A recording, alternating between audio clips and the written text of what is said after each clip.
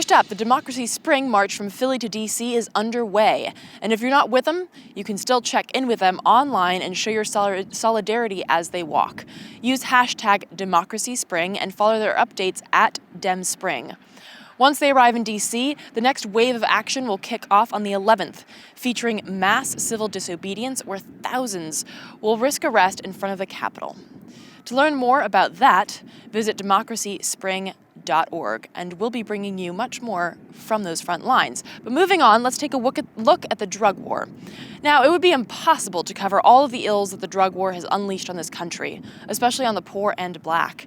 As John Ehrlichman, domestic policy chief under Nixon, pointed out in an unusual bit of straightforward honesty. Quote, "We knew we couldn't make it illegal to be either against the war or black. But by getting the public to associate the hippies with marijuana and the blacks with heroin, and then criminalizing both heavily, we could disrupt those communities. We could arrest their leaders, raid their homes, break up their meetings, and vilify them night after night on the evening news. Did we know that we were lying about the drugs? Of course we did." Wow. Just wow. I mean, this truth has been clear to anyone who's done even some light digging into the drug war's past, but to have it laid out just like that, such an abhorrent show of the total lack of remorse and the complete understanding that he will not be prosecuted for quite literally committing crimes against humanity in the name of shutting up dissenters and minorities. Meanwhile, our country continues to suffer under the immense stress of literally waging a war against its own people.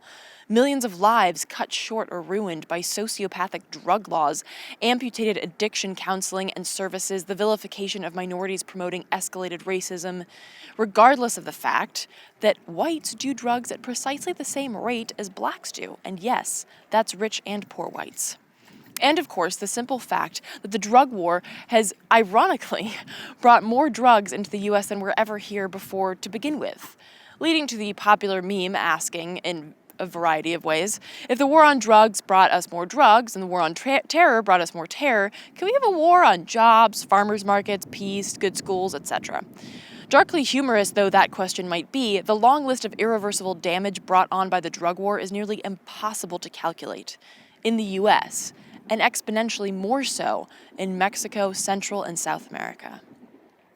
In a press release for their upcoming actions in D.C., the organization School of the Americas Watch wrote, "The drug war exacerbates so many of the most urgent crises in the U.S. and Latin America, the Central American refugee crisis, forced migration, mass incarceration, police brutality, militarization at home and abroad, and the epidemic of enforced disappearances in Mexico. Yet we have largely failed to build the coalitions necessary to bring an end to the devastating policies of what is actually a war on the people of the Americas. Why do the Pentagon, DEA, FBI, ICE, and other U.S. agencies squander billions of U.S. taxpayer dollars to arm and train tens of thousands of Mexican and Central American security forces that are linked to the drug trade and human rights abuses? What are the results of this increased militarization? Why does impunity continue to reign in the region, including in the high-profile Ayotzinapa disappearances? Good questions indeed, and ones that will be discussed during the 5 days of action in D.C. between April 14th and 18th. Now, for those of you wondering what the hell the School of the Americas even is, think of it as a finishing school for psychopaths and dictators. Since 1946, the School of the Americas, now known as the Western Hemisphere Institute for Security Cooperation, or WINSEC, has specialized in training more than 64,000 Latin American soldiers in counterinsurgency techniques, sniper training, commando and psychological warfare, military intelligence, and interrogation tactics. Some of the notable grads have gone on to stage CIA and U.S. government-backed coups, from Argentina to Chile to Peru to Mexico to Colombia. You get the idea. Some of these notable achievements include torture, kidnapping, rape, murder, and the complete dismantling of justice, democracy, and human rights. For example, Emilio Massera, commander-in-chief of the Argentinian Navy from 1973 to 1978. He was originally chosen to attend the School of the Americas for his quote-unquote anti-communist fervor. Upon overthrowing Perón in the Argentinian coup of 1976, with no small amount of help from Uncle Sam, Massera proceeded to open an interrogation and torture center, where he and his associates disappeared more than 30,000 people. And as you can see from this long list of just the notables, Massera's story is hardly a unique one. So what the hell does this have to do with the drug war? Well, as noted before, the drug war has created and fostered a level of intense anti-democratic violence in Mexico, Central, and Latin America. And this blend is what the School of the Americas, or WINSEC, specializes in.